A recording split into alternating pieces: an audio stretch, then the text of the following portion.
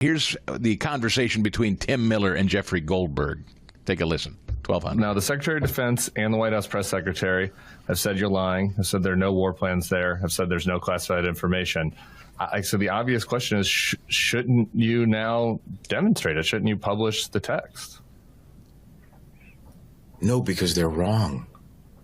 They're wrong. But how can you prove that you're wrong? Maybe should you provide them to the House and Senate Special Committees on Intelligence, maybe? I don't know. Wow. Well, you want to become my lawyer? I'm throwing this out there, Jeff. I don't know. I mean, look, the White House press secretary an hour ago said I feel like, no. I mean, I obviously, let me just put it this way. My colleagues and I and the advice that, and the people who are giving us advice on this have some interesting conversations to have about this. Yeah. But just because they're irresponsible with material doesn't mean that I'm going to be irresponsible with this material. Oh, I see. Yeah. Okay. That's enough. That's enough now. Yeah. Yeah. He's not going to be irresponsible with the material. He's going to cause a huge uproar to get himself attention, but he's not going to be irresponsible with the material. He's sitting on this powder keg of highly classified stuff, and he's not going to share it with anybody. And when this guy from the Bulwark says, look, there's an easy way to prove all these guys wrong. And remember, this Tim Miller, he hates the Trump administration too. These guys are friends. They're on the same side. This Bulwark guy is basically begging Goldberg, hey, you've got the goods. They're up there on Capitol Hill saying nothing classified in this thing. You say there is. Easy way to sandbag these guys. You can really take them out now, Jeff. Come on.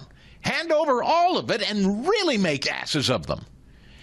To which Goldberg sighs and rubs his brow and huffs and says, well, what are you, my lawyer? I don't know. I've got a responsibility to the country. Do you believe Goldberg here? Ed? No, I don't. But I also don't know what he has. Like, I really don't. Yeah. I don't believe him either. Because if he were truly this great patriot and he's sitting on highly classified information that's very, very dangerous and he shouldn't have it, then give it the hell over to the proper authorities so they can review it and make your case. Don't say, oh, I've got all this stuff, but I'm not going to release it right now. I'm going to release just enough ahead of the annual hearings in the House and the Senate on national intelligence. Come on, guys. Were we all born yesterday? Is there a single... Serious question now. I don't mean to pat myself too much on the back, but I may end up hurting my arm in stretching to do so. Is there a single member of the media pointing out to you today, as I just have, that these two hearings were scheduled annually before the House and the Senate?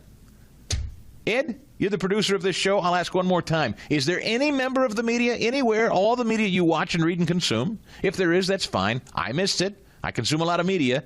Anybody point out that these hearings were scheduled, pre-scheduled annual meetings in the House and Senate, and all these people were booked and scheduled to show up. All these principals of the Trump administration booked, scheduled to show up at an annual meeting right before Goldberg's big story dropped. Has anybody told you that but this show? As far as I can tell, no.